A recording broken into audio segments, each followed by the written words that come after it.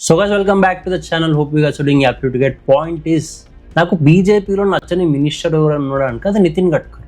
ఎందుకు బ్రో ఏమైనా సడన్గా నీకేం ప్రాబ్లం అని చెప్పి నువ్వు అనుకోవచ్చు. ఓకే, నాకే కాదు ప్రతి ఒక్క ఆటోమోటివ్ ఎంతూజియాస్ట్ ఎవరైతే ఉంటారో ప్రజెంట్గా సోషల్ మీడియాలో, ఓకే, వాళ్ళకి మినిస్టర్ నచ్చాడనమాట.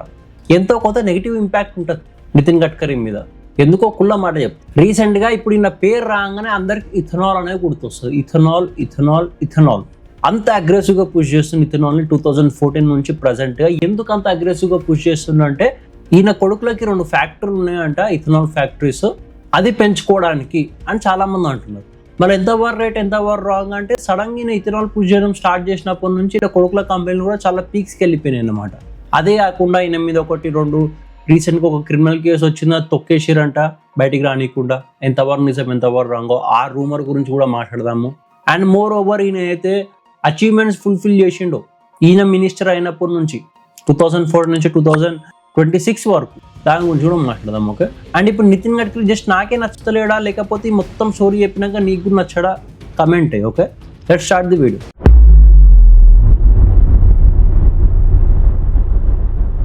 సో ఈయన పేరు వచ్చేసి నితిన్ గడ్కరీ. ఈయన born and bottom 1957 Nagpur.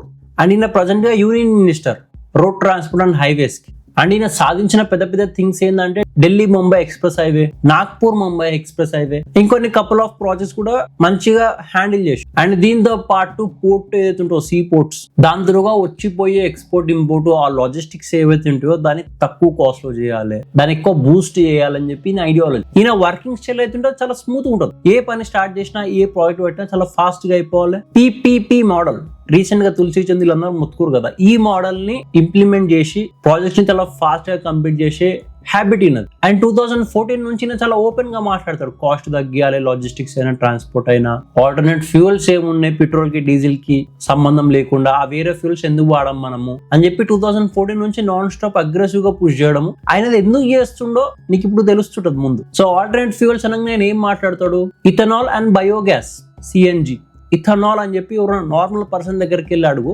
Nitin Gadkari అంటాడు కుల్ల మాట. ఎందుకంటే ఆయన ఇథనాల్ ని అంత రేంజ్ లో ప్రమోట్ చేస్తుంది. ఎందుకు ప్రమోట్ చేస్తుంది మళ్ళీ అంతగానో అంటే మే 2014 లా ఈయన ఎప్పుడైతే మినిస్టర్ అయిండో, union minister road transport highways కి, అప్పటి నుంచి ఫేజ్ వైజ్ గా, ఓకే, ఫేజ్ 1 లో ఏమో కొంచెం స్లోగా పుష్ చేయడం 2014 లా, ఫేజ్ 2 2017 లో ఇంకొంచెం అగ్రెసివ్ గా పుష్ చేయడం, పబ్లిక్ ని ఆల్టర్నేట్ ఫ్యూయల్ యూజ్ చేయమని చెప్పి. అండ్ రీసెంట్ గా థర్డ్ సైకిల్ 2020 లా ఇంకొంచెం అగ్రెసివ్ గా పుష్ చేస్తున్నాడు. అరే ethanol ethanol ethanol ethanol ethanol. Exactly 2020లో ఎందుకు స్టార్ట్ చేసిందంటే 2019 లో ఎప్పుడైతే సడన్ గా ఇథనాల్ మిక్సింగ్ కొంచెం పెరిగిందో అండ్ కంపెనీస్ కూడా ఇథనాల్ కంపాటబుల్ ఇంజన్స్ తయారు చేయమని చెప్పడము, ఓకే, పబ్లిక్ కి ఇథనాల్ మిక్స్డ్ ఫ్యూయల్ సప్లై చేయడము, ఇది చేయడం వల్ల ఏమైందంటే చాలా బ్యాక్లాష్ వచ్చింది.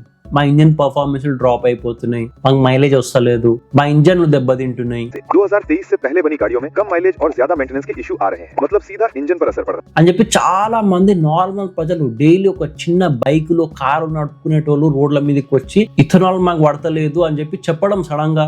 అండ్ ఈయన ఏం చేసిండు, అప్పట్లో పెద్ద క్యాంపెయిన్, చాలా పెద్ద క్యాంపెయిన్, నార్త్ ఇన్ఫ్లుయెన్సర్లు అందరు కలిసి ఇథనాల్ చాలా మంచిది అని చెప్పి, ట్రిగర్ ఇన్సాన్ బ్రదర్ ఒక ఆయన ఉంటాడు, ఓకే, ఆయన వీళ్ళందరూ ఇథనాల్ చాలా మంచిది మంచిది స్లోగా పుష్ చేసి पेट्रोल को इथेनॉल के साथ ब्लेंड करके कार्बन एमिशन को कम किया जाता है और इससे फार्मर्स का भी फायदा होता है. బండ్లు ఏం ఖరాబ్ బావు, బండ్లు మంచిగానే ఉంటాయి, ఇవన్నీ రూమర్స్ అదే అని చెప్పి. But on and ground reality public బండ్లు పాడవుతున్నాయి. నా బైక్ కి జంగు పట్టింది, 5 ఏళ్ళ నుంచి జంగు పట్టలేదు, బట్ రీసెంట్ గా ఇథనాల్ మిక్సింగ్ పెట్రోల్ పోసినప్పటి నుంచి జంగు పడుతుంది లోపల ట్యాంక్ లోపల. అది ఎందుకంటే ఇథనాల్ దేని వల్ల తయారైతే అది తెలుస్తుంది నీకు పరిశాన్ అయితే. ఇథనాల్ తయారైతే షుగర్ కేన్ లేకపోతే రైస్ నుంచి. అండ్ ఇథనాల్ ప్రొడక్షన్ ని ఎందుకు ఇంత అగ్రెసివ్ గా పుష్ చేస్తుందంటే ఏమనంటే ఫార్మర్స్ కి హెల్ప్ అవుతుంది, సెంటిమెంటల్ యాంగిల్ వాడిండు. ఫ్యూయల్ కాస్ట్ తగ్గిస్తాము, ఏడ తగ్గిన ఫ్యూయల్ కాస్ట్ అడుగుతున్నా. आप 120 रुपए जो पेट्रोल ले रहे हैं उसका भाव हम 15 रुपए लीटर करेंगे. పెట్రోల్ లో ఇథనాల్ మిక్సింగ్ అయినప్పటి నుంచి ఏడ తగ్గుతుంది ఫ్యూయల్ కాస్ట్? మాట తగ్గుతుందా? తగ్గుతలేదు, ఇంకా పెరిగింది. ఎందుకు పెరుగుతుంది, ఎట్లా పెరుగుతుంది మళ్ళీ వాళ్ళకే తెలియాలి. ఇథనాల్ మిక్స్ చేసినప్పుడు నీకు 20% ఇథనాల్ మిక్స్ చేసినప్పుడు 20% ప్రైస్ కూడా కట్ చేయాలి కదా, ఎందుకు కట్టగల ప్రైస్ మరి. దాంతో పాటు పొల్యూషన్ కంట్రోల్, ఇది థర్డ్ అబద్ధము. ఇది ఎంత పెద్ద అబద్ధం అంటే ఈ ట్రాన్స్పోర్టేషన్ నుంచి క్రియేట్ అయ్యే పొల్యూషన్ ఏదైతే ఉందో అది జస్ట్ 15%. ఈ పొల్యూషన్ స్టాట్స్ ఏవైతే ఎండింగ్ కి చెప్తా అప్పుడు నువ్వు పర్సన్ అవ్వదు. ఈ 3 ఫ్యాక్టర్స్ ఏవైతే చెప్పిండో, ఫార్మర్స్ కి హెల్ప్ అవుతుంది, ఫ్యూయల్ కాస్ట్ తగ్గుతుంది, పొల్యూషన్ కంట్రోల్ చేయొచ్చు, ఈ 3 బేస్లెస్ అనిపిస్తుంది. ఎందుకంటే ఫస్ట్ స్టార్ట్ చేసిండు E20 నుండి. E20 కలుపుదాము, E20 సప్లై చేద్దాం అని చెప్పేసి E20 తీసుకొచ్చినాక రీసెంట్ గా దీని మీద బ్యాక్లాష్ ఎక్కువ కాగానే ఇప్పుడు E85 ప్రొడ్యూస్ చేద్దాం అంటాడు. అంటే ఏంది, నువ్వు వాడే 1 లీటర్ పెట్రోల్ లో ఇథనాల్ 85% ఉంటుందంట, పెట్రోల్ 15% ఉంటుంది. బట్ నువ్వు నడిపే బండ్లు ఏవైతున్నాయి పెట్రోల్ కోసం తయారు చేసిన బండ్లు, పెట్రోల్ కోసమే డిజైన్ చేసిన బండ్లు. దాంట్లో ఇథనాల్ కలిపిన ఇథనాల్ ఆల్టర్నేట్ ఫ్యూయల్ అయినా సరే అది ఇంపాక్ట్ చేస్తుంది, రస్టింగ్ క్రియేట్ చేస్తుంది నీ ఇంజన్ లో. నువ్వు నడిపే బండి 10-15 ఏళ్ళు రావాల్సింది 5 ఏళ్ళు 7 ఏళ్ళు 8 ఏళ్ళు వస్తుంది. అండ్ ఇప్పుడు నేను E85 కార్నే ఆగలేడు, E100 కూడా తీసుకోబోతున్నాడు. మళ్ళీ నితిన్ గడ్కరీ ఇంత అగ్రెసివ్ గా ఎందుకు పుష్ చేస్తుంది ఇథనాల్ మిక్సింగ్ గురించి అంటే ఇక్కడనే ట్విస్ట్ వస్తుంది. నితిన్ గడ్కరీకి 2 కొడుకులు, నిఖిల్ గడ్కరీ, సర్నంగ్ గడ్కరీ. వీళ్ళకి 2 కంపెనీలు ఉన్నాయి. ఒకటి పూర్తి పవర్, ఇది ఒక ప్రైవేట్ లిమిటెడ్ కంపెనీ. దీని పని ఏంటంటే ఇథనాల్ తయారు చేయడం అండ్ దాంతో పాటు షుగర్ మిల్ నడపడం అండ్ బయోమాస్ నుంచి బయో వేస్ట్ నుంచి పవర్ జనరేషన్ చేయడం. ఇది ఈ పూర్తి పవర్ చేసే పని. అండ్ ఇది ఒకటే కాకుండా లైక్ ఇంకో కంపెనీ కూడా ఉంది, అది వచ్చేసి సియాన్ అగ్రో. ఇది అఫీషియల్ గా లిస్టే ఉంది పబ్లిక్ లో. పూర్తి పేరు వచ్చేసి cyan agro industries and infrastructure limited. So ఇప్పుడు ఈ కంపెనీ గురించి మాట్లాడుకుంటుంటే ఈ నితిన్ గడ్కరీ ఇంత అగ్రెసివ్ గా ఏవైతే పుష్ చేస్తున్నారో ఇథనాల్, అది కంపెనీ స్టాట్స్ బట్టి అర్థమైపోతుంది ఎందుకు అంతగానో అగ్రెసివ్ గా పుష్ చేస్తున్నాను. 2 years బ్యాక్ అరౌండ్ లైక్ 2019 లో ఈ సియాన్ కంపెనీ స్టాక్ ఏదైతే ఉందో అది 30-40 రూపీస్ ఉండే, just 30-40 rupees. But recent times లో దాని స్టాక్ ప్రైస్ వచ్చేసి 3000 రూపీస్ కి పెరిగింది. 3000 రూపీస్. ఆలోచించు, నేను చెప్పేది లాస్ట్ 2-3 years ముచ్చట్నే. 2014 నుంచి 2019 వరకు బాగానే ఉండే, 2020 నుండి రీసెంట్ గా 23-24 వరకు కూడా చాలా స్లోగా పెరిగింది. అయితే ఈ టైం ఫ్రేమ్ ఏదైతే ఉందో 2020 నుంచి 2024-23 ఓకే, ఈ టైం ఫ్రేమ్ లోనే బ్యాక్లాష్ ఎక్కువైంది నితిన్ గడ్కరీ మీద. ఇథనాల్ మిక్సింగ్ నా కొడుకుల కంపెనీ బయటపడ్డది, మొత్తం లెఫ్ట్ లాబీ అంతా ఇథనాల్ మిక్సింగ్ నా కొడుకులను ఎక్స్పోజ్ చేసే పనిలో పడ్డరు అని చెప్పి 2023 మళ్ళీ మేబీ కంపెనీ బంద్ అయిపోతాను భయంలోకి వచ్చేసిండో, లేకపోతే పబ్లిక్ కి నేను ఇంకా నెగిటివ్ అయిపోతా, నా దంద నడవదని అనుకున్నాడో ఏందో కానీ 2023 లో అగ్రెసివ్ గా పుష్ చేసిన ఇథనాల్ మిక్సింగ్ ని అండ్ సడన్ గా కొడుకుల కంపెనీ % హైక్ వెళ్ళిపోయింది. ఇక్కడనే నీకు అర్థం కావాలి, తండ్రేమో ఇథనాల్ పుష్ చేస్తాడు, పబ్లిక్ కి వాడుర్రి ఫార్మర్స్ కి హెల్ప్ అవుతుంది, ప్రైస్ తగ్గిస్తా, పొల్యూషన్ కంట్రోల్ చేయొచ్చు అని. మళ్ళీ ఇథనాల్ ప్రొడ్యూసర్స్ ఎవర్రా అని చెప్పి చూస్తే మార్కెట్ లో ఇలా కొడుకులే ఉన్నారు. ఇక్కడ ఇండైరెక్ట్ లింక్ ఏదైతుందో అది తెలిసినప్పటి నుంచి నాకు నచ్చుతలేదు నితిన్ గడ్కరీ. నాకే కాదు చాలా మందికి నచ్చుతలేడు. ఆయన క్రియేట్ చేసిన హైవేస్, తీసుకున్న పెద్ద పెద్ద ప్రాజెక్ట్స్ అన్నిట బ్లాంక్ అవుట్ అయిపోయినాయి, పబ్లిక్ మర్చిపోయారు. బట్ ఈయన చేసే పని ఏదైతుందో ఇథనాల్ మిక్సింగ్, దాని వల్ల పబ్లిక్ కి చాలా ఘోరమైన బ్యాక్లాష్ ఈయన మీద. ఇప్పుడు ఇక్కడ పెద్ద ఫ్యాక్టర్ అయితే మాట్లాడిండు, ఫార్మర్స్ కి హెల్ప్ అవుతుంది, ఫార్మర్ కి హెల్ప్ అవుతుంది అని చెప్తుండే గానీ 1 లీటర్ ఇథనాల్ తయారు చేయడానికంట లిటరల్లీ 10,000 లీటర్లు యూజ్ అయితే అంట. ఇది మనమే కాదు, రీసెర్చ్ సెంటర్ చెప్పిన కథ. మళ్ళీ ఇక్కడ ఇండైరెక్ట్లీ వాటర్ లెవెల్ ఏదైతుందో గ్రౌండ్ లో ఎఫెక్ట్ అవుతుంది కదా. ఆలోచించి, ఇప్పుడు నీ ఇంటి మీద ట్యాంక్ ఏదో వాటర్ ట్యాంక్, అది 10,000 లీటర్లు. 10,000 లీటర్ల వాటర్ యూజ్ అవుతే 1 లీటర్ ఇథనాల్ తయారవుతుంది. నన్ను అడిగినావు అనుకో, అరే నువ్వు 10,000 లీటర్లు వేస్ట్ చేస్తావా, లేకపోతే ఇప్పుడు నా కార్ ఏదైతుందో 15 కిలోమీటర్లు ఇస్తుంది మైలేజ్, 15 కిలోమీటర్లు నడవడం బెటర్ అంటావా అంటే ఒక్క రోజే కథ రాబోయి నడుద్దాం 15 కిలోమీటర్లు అంట. అర్థమైందా? ఎందుకంటే బేసిక్ కామన్ సెన్స్. 10,000 లీటర్లు యూజ్ చేస్తావా నువ్వు 1 లీటర్ ఇథనాల్ తయారడానికి? గ్రౌండ్ ఉన్న వాటర్ ఏమైపోవాలి, మొత్తం మాయమైపోయింది. చాలా మటుకు మేజర్ సిటీస్ లో వాటర్ లేదు గ్రౌండ్ లో. బట్ ఈయన పుష్ చేసే ఇథనాల్ వల్ల, దాని ప్రొడక్షన్ వల్ల గ్రౌండ్ వాటర్ మొత్తానికి తగ్గిపోతుంది. ఎందుకంటే హైగా గ్రౌండ్ వాటర్ కన్జ్యూమ్ చేసేది 2 ఒకటేమో రైస్, ఇంకోటేమో షుగర్ కేన్. అండ్ ఇథనాల్ తయారైతుంది రెండింటి వల్లనే. ఒకవేళ రైస్ యూజ్ చేసి ఇథనాల్ తయారు చేస్తే 10,000 లీటర్లు అవుతుంది 1 లీటర్ ఇథనాల్ కి. ఒకవేళ షుగర్ యూజ్ చేసి తయారు చేస్తే 3600 లీటర్స్ అవుతుంది వాటర్ 1 లీటర్ ఇథనాల్ తయారు చేయడానికి. ఇది ఎక్కడి నుంచి ఈకో ఫ్రెండ్లీ నాకు అర్థమైతలేదు. ఫ్యూయల్ లేకుండా బతికేయచ్చు మనం, బట్ గ్రౌండ్ వాటర్ లేకుండా బతకచ్చా? బతకలేం. ఆ సెకండ్ ఫ్యాక్టర్ ఏం చెప్పింది, ప్రైజులు తగ్గిస్తాం మనం. ప్రైజులు అయితే అసలే తగ్గలేవు, అందరూ తెలిసిన కథనే. ప్రైజులు ఏమాదం తగ్గినా పెట్రోల్ జర నాకు చెప్పు. నేను డీజిల్ బండ్లు ఎక్కువ వాడతా, నా బైక్ నేను ఎక్కువ దియ్యా, బట్ నాకే అప్పుడప్పుడు బాధ అనిపిస్తుంది, అరే కామన్ పీపుల్ పెట్రోల్ మీద బైక్లలో ఓసుకొని తిరుగుతుంటారా బాబు, వాళ్ళకి ఎంత కష్టమవుతున్నది అని చెప్పి. ప్రైస్ అయితే తగ్గుతలేదు, పెట్రోల్ కల్తీ అయితే మంచిగానే జరుగుతుంది. ఇప్పుడు థర్డ్ ఫ్యాక్టర్ పొల్యూషన్ ఫ్యాక్టర్ అయితే మాట్లాడుతుందో ఎంత బేస్లెస్ అనిపిస్తుంది నాకు లిటరల్లీ. అంటే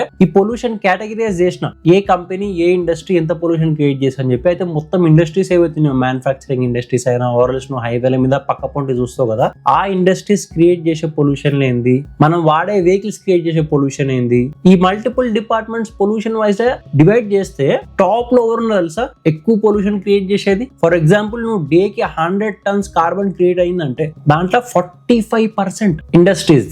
జస్ట్ నువ్వు రోడ్ల మీద పోయేటప్పుడు హైవే మీద ఊరవతులలో పోతుంటే ఇండస్ట్రీస్ ఉంటాయి చూడు, ఆ ఇండస్ట్రీస్ 45% అది క్రియేట్ చేసి. సెకండ్ పొజిషన్ లో వచ్చేది electricity generation, power generation centre. నీ ఇంటికి నా ఇంటికి పవర్ సప్లై అవుతుంటుంది కదా, ఆ పవర్ జనరేషన్ సెంటర్ లో 25% క్రియేట్ చేస్తుంది పొల్యూషన్. థర్డ్ వచ్చేసి అగ్రికల్చర్ యాక్టివిటీస్, పొలం దున్నుడైనా సరే ఆరల్స్ ఏదైనా ఫ్యాక్టరీలో మిల్స్ అయినా సరే అవి క్రియేట్ చేసేది 10 to 15%. సేమ్ అదే రేంజ్ లో ఫోర్త్ ప్లేస్ లో వచ్చేది ట్రాన్స్పోర్టేషన్ అంటే నువ్వు జస్ట్ సిటీ అనుకో, ట్రక్కులు, బస్సులు, కార్లు, బైకులు అన్ని కలుపుకొనే 10 to 15%. ఇక మిగతా కపుల్ ఆఫ్ వేస్ట్ ఉన్నాయి ఏంటంటే డంప్ యార్డ్లు అంటే కన్స్ట్రక్షన్ సైడ్, ఇది కూడా కొంచెం పొల్యూషన్ క్రియేట్ చేస్తే అది విత్ ఇన్ 10% లోపట్నే ఉన్నాయి ఈ రోడ్. ఇప్పుడు మేజర్ చెంక్ ఏంది ఇక్కడ ఇండస్ట్రీస్, 45% పొల్యూషన్ క్రియేట్ చేస్తున్న 45%. బేసిక్ కామన్ సెన్స్ ఉన్న క్వశ్చన్ అడుగుతా నేను, నేను ఉన్నాము మన ఇంట్లో ఒక పెద్ద సమస్య మీద కాన్సన్ట్రేట్ చేస్తావు, ఒక చిన్న సమస్య మీద కాన్సన్ట్రేట్ చేస్తావు. ఆబ్వియస్లీ ఫస్ట్ పెద్ద సమస్య సాల్వ్ చేసుకుని చిన్న ఎప్పుడైనా సాల్వ్ చేసుకోవచ్చు, రైట్? మళ్ళీ వీళ్ళు ఇండస్ట్రీల మీద కాన్సన్ట్రేట్ చేసి ఇండస్ట్రీస్ మీద అంతే అగ్రెసివ్ గా పుష్ చేసి ఇండస్ట్రీ పొల్యూషన్ తగ్గాలని చెప్పి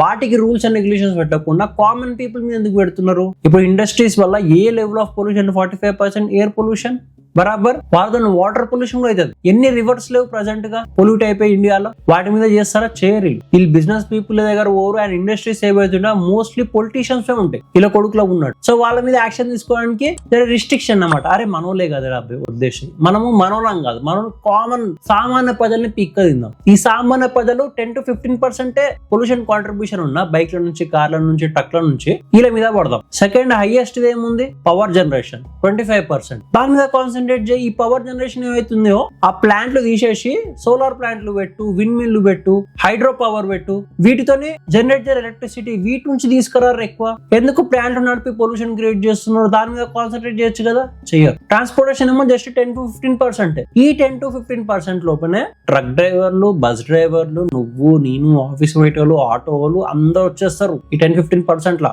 సామాన్య ప్రజలు మొత్తం దీంట్లోనే ఉంటారు. అదే కావాలి ఇప్పుడు వీళ్ళకి. అలా కొడుకుల కంపెనీలు పెంచుకోవడానికి సామాన్య ప్రజల మీదకి వచ్చి పుష్ చేస్తున్నారు. మన బండ్లు ఖరాబ్ అవుతున్నాయి, లిటరలీ నా బండి ఖరాబ్ అవుతుంది, జంగు పడుతుంది ఆ బండి ట్యాంక్ లా. కొంతమంది మా దోస్తుగాను అయితే పెట్రోల్ బండి వాడుతున్నందుకు చోక్ అయిపోతున్నాడు. ఇప్పుడు అందరు ఇప్పుడు సిటీలో ఉన్న వాళ్ళందరూ ఎలక్ట్రిక్ మారిపోదాం అంటే మారిపోదాం ఒక్కసారి. ఇప్పుడు నువ్వు 25% క్రియేట్ చేస్తున్న పొల్యూషన్ ఏదైతుందో ఎలక్ట్రిసిటీ తోటి జనరేషన్ వల్ల సడన్ గా అందరం ఎలక్ట్రిక్ కి షిఫ్ట్ అయిపోతే ఆబ్వియస్లీ డిమాండ్ పెరుగుతుంది పబ్లిక్ లో. పవర్ డిమాండ్ పెరిగినప్పుడు నువ్వు ఎలక్ట్రిసిటీ ప్రొడ్యూస్ చేయడం కూడా ఎక్కువ చేయాల్సి వస్తుంది. మళ్ళీ అప్పుడు ఎక్కువ ఎలక్ట్రిసిటీ ప్రొడ్యూస్ చేసినప్పుడు ఎక్కువ పొల్యూషన్ వేరు కదా. అడుగుతున్నా, అరే ఏ మైండ్ సెట్ తో నిజంగా పని చేస్తున్నా నాకు అర్థమైంది. లిటరలీ చెప్తున్నా, ఆయన ఓన్ సెల్ఫిష్నెస్ కోసం, ఆయన ఓన్ కంపెనీ, ఆయన ఓన్ కొడుకుల కంపెనీ లేపుకోవడానికి ఇథనాల్ ని ఇంత అగ్రెసివ్ గా పుష్ చేస్తున్నా, అది కూడా జస్ట్ సామాన్య ప్రజల మీదనే. ఇక్కడనే కట్కాల్సింది నాకు అర్థమైందా. అప్పుడప్పుడు అదే అనిపిస్తుంది. పెద్దోళ్ళు అంటారు కదా, అరే పొలిటీషియన్లు అందరూ ఒక్కటే లెక్కరా, అందరు ఒకటే, ఏం పెద్ద డిఫరెన్స్ ఉండదు. సేమ్ అదే అనిపిస్తుంది. 2014 2019 వరకు స్లోగా నడిపించారు. 2020లో చిన్నగా బ్యాక్ లాష్ స్టార్ట్ అయింది, సడన్ గా అగ్రెసివ్ గా పుష్ చేసింది ఇథనాల్. 2023లో ఇంకొంచెం బ్యాక్ లాష్ పెరగంగానే మళ్ళీ ఇంకా అగ్రెసివ్ గా పుష్ చేస్తుంది ఇథనాల్. దానికి బలైదు ఎవరంటే కామన్ పీపుల్. మనది ఏం పర్సెంటేజ్ కాంట్రిబ్యూషన్? జస్ట్ 10-15%. దీనికా ఒకవేళ నిజంగా ఇంప్లిమెంట్ చేసి ఉంటే ఫస్ట్ మీరు పొలిటీషియన్స్, లీడర్లు, గవర్నమెంట్ అఫీషియల్స్ ఎవరైతున్నారో మీరు అందరూ మీ వెనకాల ఇట్లా కాఫీలా తీస్తారు కదా 5 బండ్లు మినిమమ్, అది తగ్గించేశారు. అవుట్ ఆఫ్ ఫ్రస్ట్రేషన్ చెప్తున్నాను నేను, అది తగ్గించేశారు. సామాన్య ప్రజలకు చెప్పక ముందు ప్రతి ఒక్క ఎమ్మెల్యే, ఎంపీ, గవర్నమెంట్ అఫీషియల్ అందరూ డీజిల్, పెట్రోల్ బండ్లు వాడడం తగ్గించేసి సడన్ గా మీరు ఎలక్ట్రిక్ కి షిఫ్ట్ అయిపోరు. లీడర్లు అందరూ మీరు ఎలక్ట్రిక్ కి షిఫ్ట్ అయిపోయి అప్పుడు చెప్పరు పబ్లిక్ కి, ఇక మేమందరము ఎలక్ట్రిక్ వాడుతున్నాం, మీరు కూడా వాడుర్రి, అప్పుడు ఫాలో అవుతాం. బట్ దానికంటే ముందు కూడా ఇండస్ట్రీస్ ఏవైతున్నాయో వాటి మీద యాక్షన్ తీసుకోరు. ఫస్ట్ మీకు నిజంగా అంత కన్సర్న్ ఉండి నిజంగా మీరు డబుల్ ఫేస్డ్ పీపుల్ కాకపోతే ఇవన్నీ ఏవి కనబడవు. కామన్ ప్రజలు జోబులు ఇట్లా ఖాళీ చేయాలి, వాళ్ళని ఇట్లా ఫూల్స్ చేయాలి, దీని మీద ప్లానింగ్ చేసుకోమంటే ఫస్ట్ చేసుకుంటారు. అరే నిజంగా చెప్తున్నా, ఓపెన్ గా ఎక్స్పోజ్ అయింది తెలుసా లెఫ్ట్ ఈకో సిస్టమ్ కి. కొడుకుల కంపెనీ అంటే స్టాక్ పెరిగితే ఎవరికైనా డౌట్ రాదా? కొడుకులు ఇథనాల్ ప్రొడ్యూస్ చేస్తారు, అయ్యేమో ఇథనాల్ పుష్ చేస్తాడు పబ్లిక్ లో. ఇది ఓవరాల్ పంచాయతీ. అందుకే నాకు నచ్చలేడు కుల్ల మాట. అండ్ రీసెంట్ గా ఆయన మీద ఏదో క్రైమ్ ఒక నడుస్తుంది, అది క్రిమినల్ ఎంతవరకు రైట్ ఎంతవరకు రాంగో తెలియదు.